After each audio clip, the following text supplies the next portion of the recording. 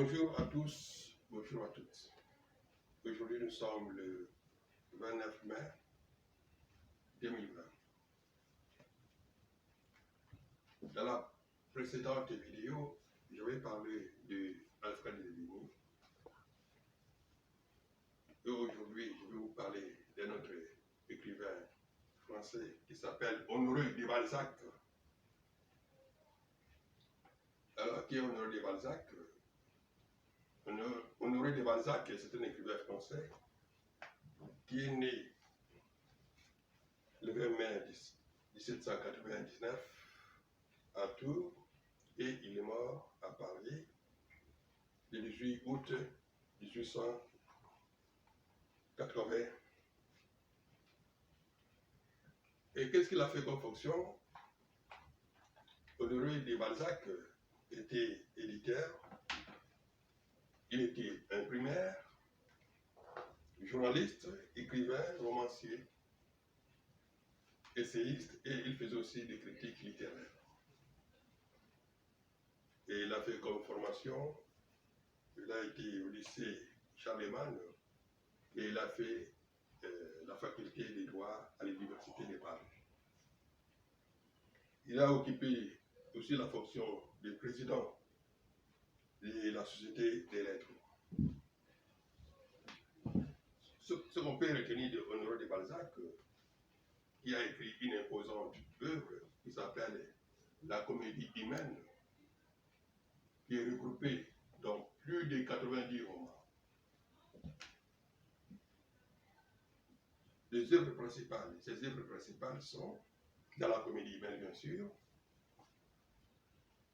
L'Échouan qui est écrit en 1829,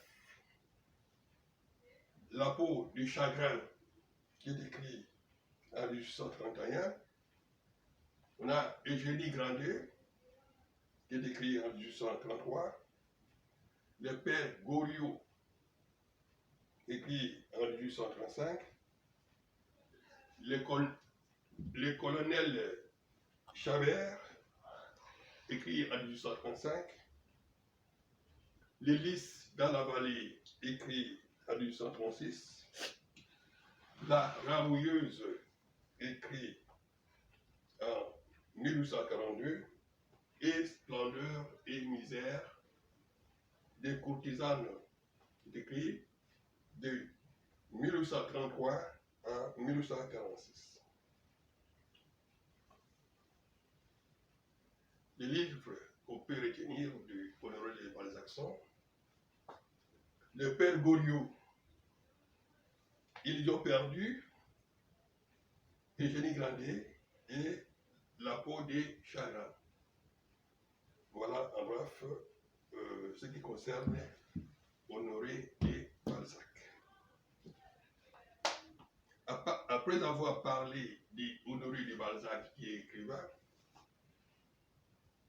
je vais vous parler aussi des trois mouvements littéraires du 18e et 19e siècle. Je vais vous parler du classicisme,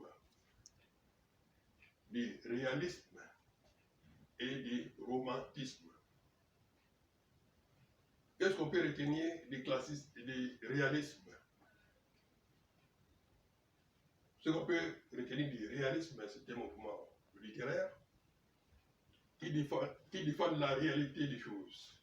Quand un auteur écrit, il y a des réalités, des précisions dans ses œuvres.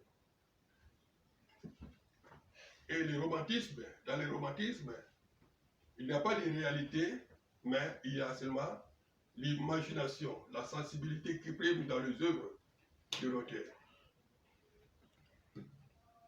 Et dans le classicisme,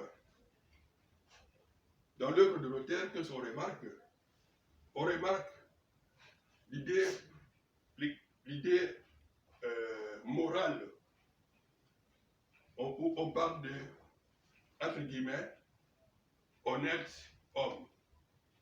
Là, on défend la tempérance, la politesse, on défend les qualités morales du poète. Donc, quand un écrivain écrit, dans ses œuvres, il est influencé par cette idée morale.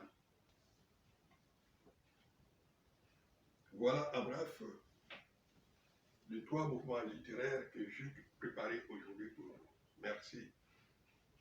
Au revoir.